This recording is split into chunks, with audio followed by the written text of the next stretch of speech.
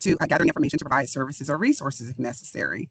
And throughout the course of the investigation, there will be safety assessments to ensure that the client remains safe, or that the client is not deteriorating or the situation is not changing too much. And if it is, then additional services or additional investigations may continue to happen. But throughout that entire time, they're gathering the evidence towards the investigation conclusion. And that is going to be concluding the investigation with a disposition of either valid, invalid, or unable to determine. Sometimes we'll conclude an investigation and we're not able to determine, even based on all the information that we've received, if the allegations that were made in the investigation are valid, or if they're not valid, they're not able to determine it. Sometimes it will be valid, and that's why that number that Sue Ellen talked about in the very beginning with facts and figures, they can differ, because sometimes there's just not enough information in order to validate on what the allegations that are being made. And sometimes an investigation conclusion happens and there's not a solution that is noticeable to someone who may be on the outside. And we'll talk about that a little bit later in the presentation. And that's because the clients do have rights. So this also just goes over the APS investigation and assessment and the determinations and findings. The additional thing that we want to talk about is that there's always, when there is a finding or there is a validation of the allegations or of neglect, abuse, or exploitation, there's going to be a development of a service plan, and that's going to always include the client's input. And so the client will always have a voice in what is going to happen or what they perceive the problem to be, and how we as an agency can assist them in providing those services and resources to prevent that further maltreatment. APS will involve law enforcement as well. At any time during the case, if the APS specialist suspects that the allegation of abuse, neglect, or financial exploitation is a criminal offense, they will notify law enforcement about that allegation, and then law enforcement will continue a criminal investigation if they deem that the information reaches a level of a criminal offense as well. Adult Protective Services is a civil agency, so all of our investigations are civil. Anything that is deemed criminal will be turned over to law enforcement for their further investigation if they feel that that's necessary. So now we'll talk about the client's rights. And so sometimes we reach that investigation conclusion, and there isn't a solution that might be visible to people on the outside. A report may have been made, and it looks like the client's condition is exactly the same before the report was made. Well, our clients do have rights. They can refuse to cooperate with the APS investigation. Now, although they can refuse to cooperate with an investigation, they cannot refuse the investigation. So although they are refusing to cooperate, Adult Protective Services can still investigate around the client to address the allegations that were made in the report. So that may be with speaking with family members, neighbors, or other collaterals, doctor's offices, hospice, or home health, but the client does not have to participate in the investigation. Generally, what we find is when they learn that we don't stop investigating just because they slammed the door in our face and told us they don't want to talk to us, they will then call us and say, "Did you call my doctor?" And then maybe they'll go ahead and allow us to complete the investigation. They can refuse to allow us entry into their home. Again, Adult Protective Services is a civil agency. We do not have the right to enter into anyone's home without their permission. In addition, if we enter into a client's home with their permission, and at any point they decide they don't want us there, they can ask us to leave, and we do not have the ability to remain inside of their home without their permission. So they can refuse to allow entry into the home. Again, they can refuse to allow us entry. So if there are allegations behind that say that the client's home looks a certain way, we do have to find a way to get into the client's home because they do not have to allow us in. They can refuse protective services if they have the capacity to consent. So they can allow us into the home. They can allow us to complete the investigation, and we can determine that there are services and referrals that we could provide to them or to assist them with that could really help their situation. And they can say, "I don't want any of your services. Thank you for coming by. You know, it's been a great conversation. I gave you all the information that you wanted, but guess what? I don't want any services from you. I don't want any referrals made. Clients have the right to refuse protective services if they have the capacity to consent. In addition, they also have the right to choose the least restrictive services. So that is always how Adult Protective Services is looking to work with clients, is by doing the least restrictive, because we want to ensure that the client is a part of this service plan, and we want to make sure that they are comfortable with the services that they are receiving, in hopes that if they decide that they don't want, home health coming 5 days a week, or they don't want their the daughter or the neighbor coming to check on them 5 times a week, that if they'll accept 2 times a week, whatever is least restrictive to remain their level of safety, then Adult Protective Services is looking to work with them. Because if they have the capacity to consent, again, they have the right to refuse, and we want them to accept as much as possible. So, what is the capacity to consent? First, we want to say that Adult Protective Services the investigators do not determine capacity. We are not medical professionals, and we do not have the ability to assess a person for their capacity. But a person lacks the capacity to consent to receive protective services if, because of a mental or physical impairment, they are incapable of understanding the nature of the services offered and what it means to agree to receive those, or what it means to reject those protective services. So they lack capacity when it is determined by a doctor that they are incapable of understanding the nature of those services. It's not when they are just stubborn and they just don't want to do it. It's not when they're just mean and cantankerous and they've never wanted to have the government involved in their lives. It's not when they are saying, you know what? I know that I'm on insulin and I have diabetes, but I'm going to drink my beer and I'm going to smoke my cigarettes. That is not a person that is incapable of understanding. That's a person that's making poor choices. So again, Adult Protective Services, we do not determine capacity. That is determined by a medical professional, generally a doctor, and then it's going to be adjudicated by a judge. So even though, the client can be considered not having capacity, that final say is going to, of competency is going to stand with the judge. So, what are some legal alternatives? Because there are situations where there has to be an intervention because there could be an imminent threat to the client's life or safety. Adult Protective Services does have the right to request an emergency order for protective services. And that's in a situation, again, where there is an imminent threat to life or safety. And we do have to go before a judge to request that emergency order for protective services and prove to that judge that there is an imminent threat to the client's life or safety. We can request a court-authorized entry. Again, we cannot enter a client's home without their permission, but if there is concern that behind that door, the client is in imminent threat of life or safety, then Adult Protective Services can request a court-authorized entry in order to enter the client's home. We can request an injunction for an interference with investigation or services being prohibited. Like Sue Ellen talked about, sometimes there are those alleged perpetrators who intimidate the client, who stand in between the client and Adult Protective Services, literally interfering with the idea that someone else is available to assist the client or to provide services for the client. In that situation, there can be an injunction requested to prohibit that alleged perpetrator or that person from interfering with the investigation or from prohibiting that client to receive services that have been deemed appropriate throughout the investigation.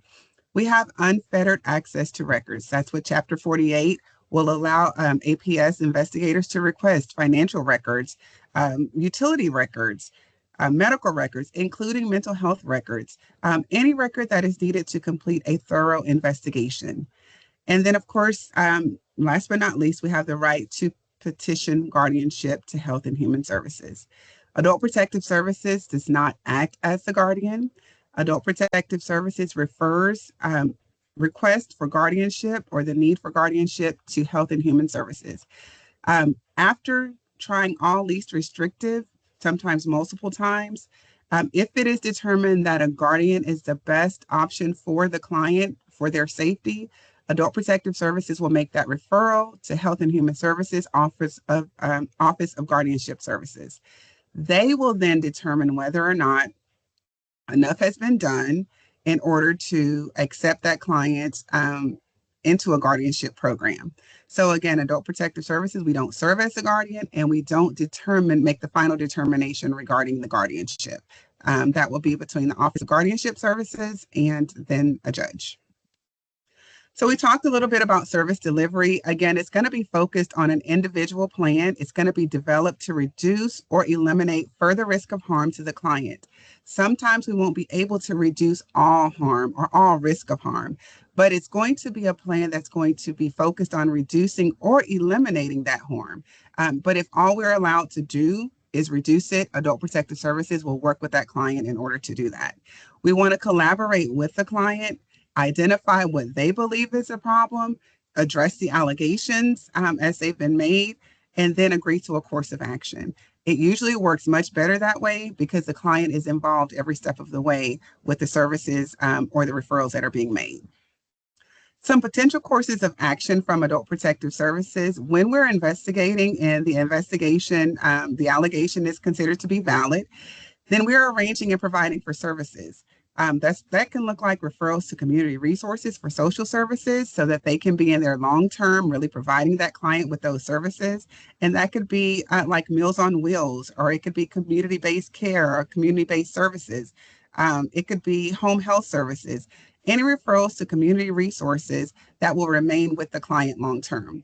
It could look like financial assistance for certain goods or services. If a client is without food, those are things that the state legislation has provided a certain budget for Adult Protective Services to use to purchase that client food if they're without food, to pay for certain utilities if they are without, electricity or water, because those are basic needs that the client would need immediately.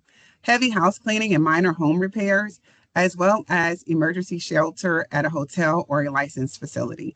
Sometimes the client may need a place temporarily, and it's a long-term solution tied to that.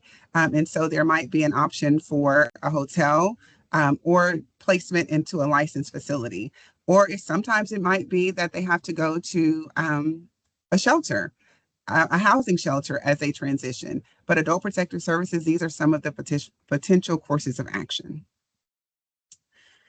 So in everything that we're doing, we are partnering both with our internal and external stakeholders for the best outcomes for the clients. We cannot do this work alone, and we also need partners both internally and externally to help us restore the dignity in the lives of the individuals who have been subjected to abuse, neglect, and financial exploitation. And that came directly from our commissioner, Kez Wold. This is our Partnering to Protect initiative. And so Sue Ellen and I are very active in the community, trying to make sure that resources and organizations and agencies understand the role of Adult Protective Services and how to best work with us in order to ensure that we are doing what's best for the clients that we mutually serve. And just in Tarrant County, just to bring that into perspective, in Tarrant County, there were over almost 9,000 intakes received in fiscal year 2024, and almost 3,000 of those were received by members of the community or community agencies. And so that just shows you that a big part of what we do is tied together. You are the eyes and ears out in the community, and for that reason, we have to work together in partnership in order to make sure that the clients are being serviced and that they are receiving the services that are available to them when they're accepting those. Our initiative, again, with Partnering to Protect, we want to resolve some cases by working closely with the community partners. And this campaign, again, is designed to foster strong and effective collaborations. One of the things that we say is it's one team, one goal. In many organizations, especially with vulnerable adult, we have a shared goal. We want clients to have dignity and respect and to be safe. We want to find the best and least restrictive solutions for the adults in need so that they can live healthier, safer lives with dignity. And those partnerships that we build, we want to make sure that they're sustainable. We have these two links that will be provided to Dana, and she can share them out with you. And then quickly, we are going to hopefully view.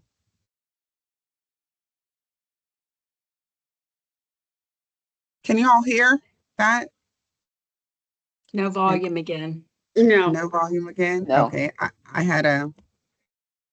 It's okay. I have a hack for that.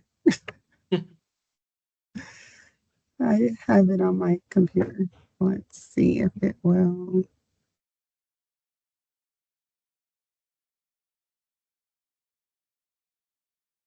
Can you hear it now?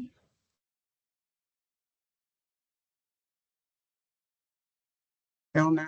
Okay. Nope, can't hear it. No, can't hear. It's such a great video. I just hate that you can't hear it.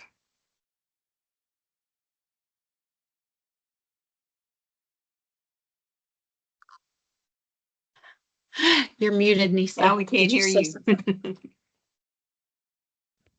Okay. I'll There send you this to you also, Dana, and you can share it with them. It is a beautiful video, but for whatever reason, Teams, when it updated, it doesn't play the sound anymore and nobody can hear it. So That's unfortunate. I know. I thought I had a hack for it. I have it on my actual computer. I was just going to play it through my computer, but you still couldn't hear it. So I don't know. Teams is not nice to me today. And so I think is this you? I think, well, this is, okay, go ahead. We'll cover this really quickly.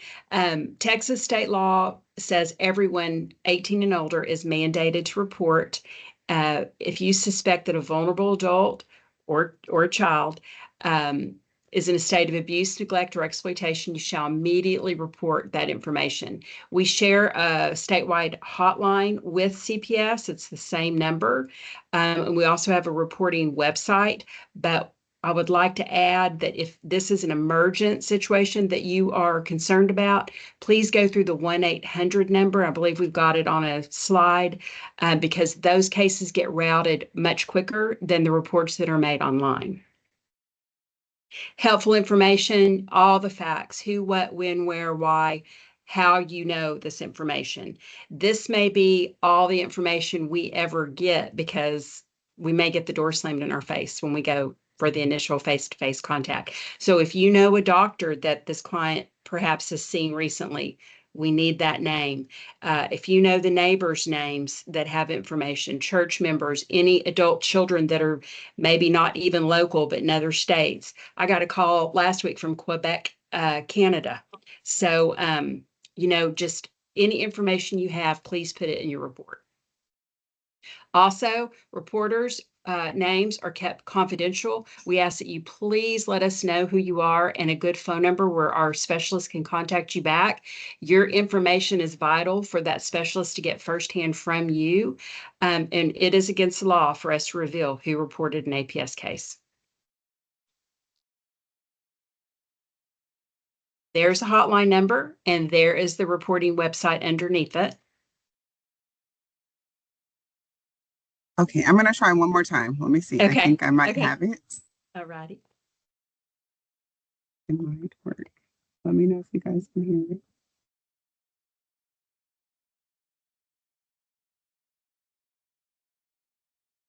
Nope. Still can't hear. No.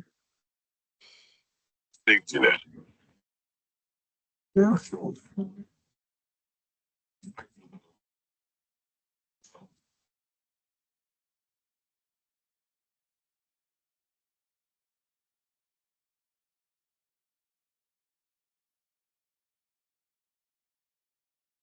I tried it You gave all it all different you ways had. now. Okay.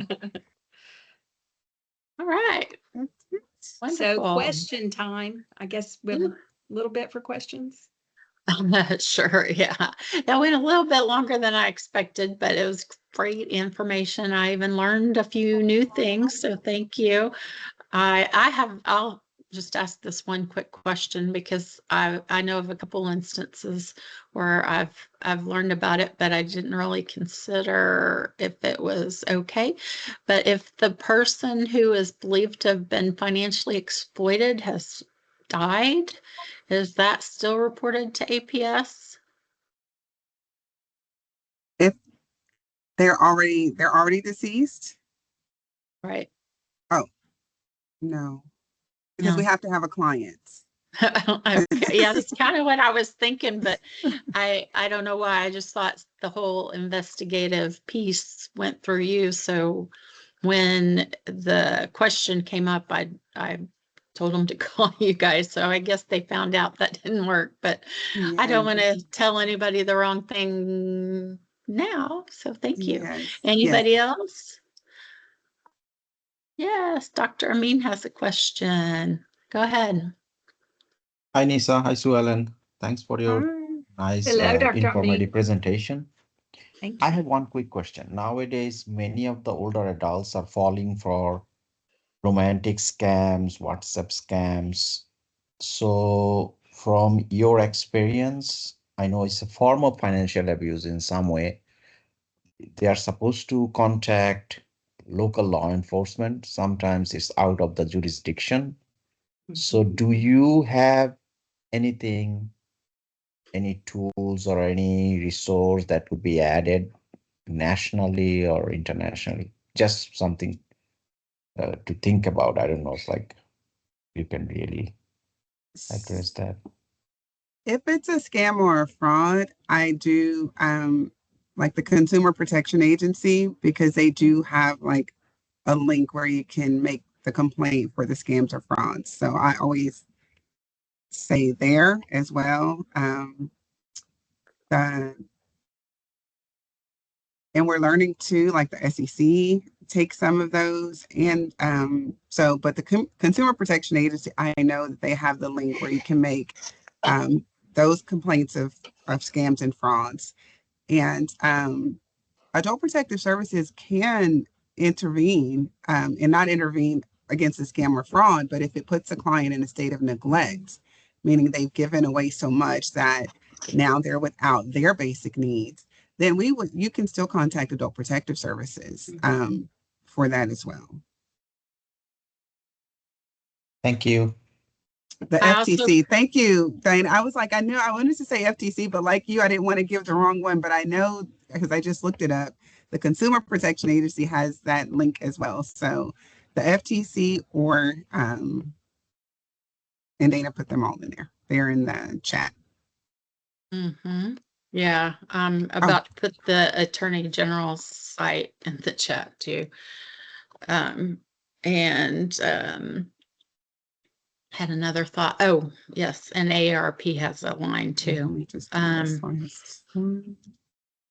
Just one more comment.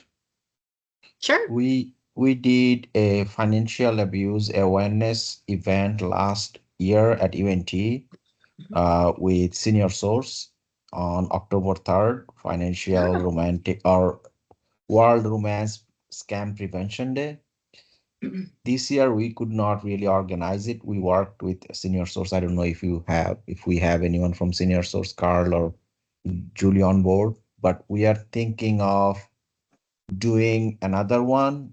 We are still in the process of kind of brainstorming in February around Valentine's Day. Oh, so just keep that on your radar. I so we are still working on the date and detail. Definitely would love to have partners from anyone who would be interested. So I can just shoot me an email or let me know. And I'm still working with Carl, and I know like NISA and APS would be interested. So anyone else who might be interested, because this is a form of financial abuse or neglect or financial abuse, I guess. So we can just work on it. So elder justice. So just let me know. I would love to hear from you or would like to work with you organizing that event at UNT Dallas in around February. Wonderful. Yes, count me in. I'll send you an email. Anybody else want to raise their hand for that? I don't know if Sue Ellen is raising her hand for that or for a question. He knows Nisa and I will be right there to help him. Did you have a question too, or was that no? Okay. Well, I can tell you we attended last year and it was fascinating and it was a very unique, but very well done event, and we're all on board. And February is a great month, Dr. Amin. That was a great idea.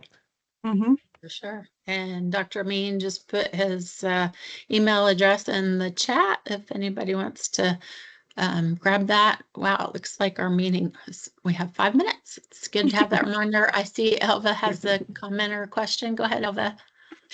Yeah, having served as secretary of the APS Community Board for a few years, I know that the Silver Star Room sometimes needs additional supplies, and I saw something online just the other day asking for supplies to restock the Silver Star Room. So I'm going to ask NISA because sometimes they're overloaded and they have more than they can really store.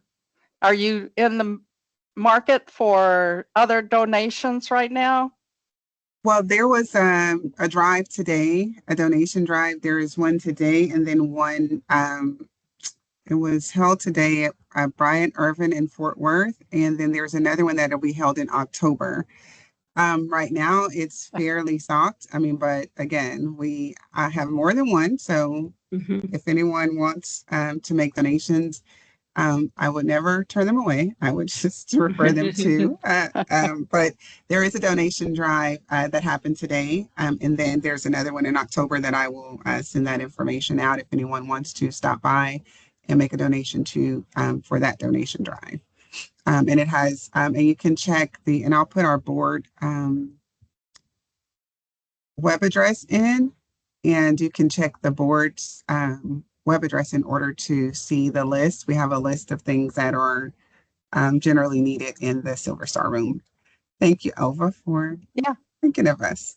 Absolutely. One other quick question. I've got to hop off here in a second, but my daughter-in-law used to work for Child Protective Services, and her territory was Fair Park in Dallas. And she, sometimes when you're going into a dangerous situation, you ask for police to go with you or to meet you there.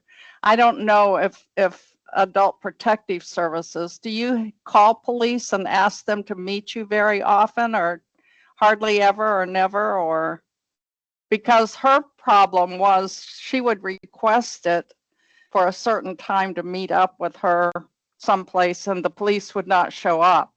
And I mentioned that to another child protective person just recently, and they said, oh, they never show up. So I didn't know if Adult Protective Services usually or ever needs police protection. When you're going to remove somebody's kid from their house, that's a very dangerous situation, but maybe Adult Protective Services, you don't need that kind of police. I was just curious. No, they do, and they do request it. And oftentimes the wait is long because Dallas Police Department is usually understaffed, and we understand that because in the past we've battled that as well. They do show up eventually and when they can, but they have explained to us they have a queue of calls that are just hours long, and they have to triage them according to most important calls. And so, yes, I understand with CPS it happens, but I can assure you it's as dangerous, sometimes if not more dangerous for APS workers. Wow. Yeah. And we were able to make a partnership in the city of Dallas. So if there are those dire situations where, there's an alleged perpetrator in the home and there is a concern, they have given us a process for APS to expedite that officer assist. It's not something that we're able to use all the time because, again, they are, they do have a triage, but we do have the option to, because of that, in the community partnering to protect, they did realize that there are some times that there is not an option for a caseworker to go when there is a concern of alleged perpetrator being there and being violent, or them being in harm's way. So we do have an option, but okay, that's interesting. Good to know. Yeah. Thank you. Yes, thank you, Nisa. Thank you, Sue Ellen. Thank you for the comments and questions. We are at 1 minute to go. So I will kind of skip all the reporting and just generally say thank you, or let you know that the Center for Nonprofit Management is doing some interviews as they are assisting us with the organizational management plan going forward, as well as a sustainability plan. So if you do hear from Sam from Center for Nonprofit Management, also known as CNM, please take some time and talk to him. That would help us tremendously. Also, we do have until March 31st of 2026, and we have an extension for this funding, so we will continue working as we have been, and just watch for more. Appreciate everybody. It's 3 o'clock. So any last comments or questions before we end the meeting? Just October is Financial Exploitation Awareness Month. So I'll send a list to Dana of the things Adult Protective Services is being involved in. And I hope everyone makes someone aware that financial exploitation is a big issue and where they can go to get more information. Excellent. Thank you very much, everybody. See you next month, and have a great day. Thank you. Sorry. Thanks, Nita. Thanks, Sue Ellen. Thank you. Oh, thank you guys. Thank you for having us. Thank you. You're welcome. Thank you. Sure. Bye. Bye-bye. Thank you all.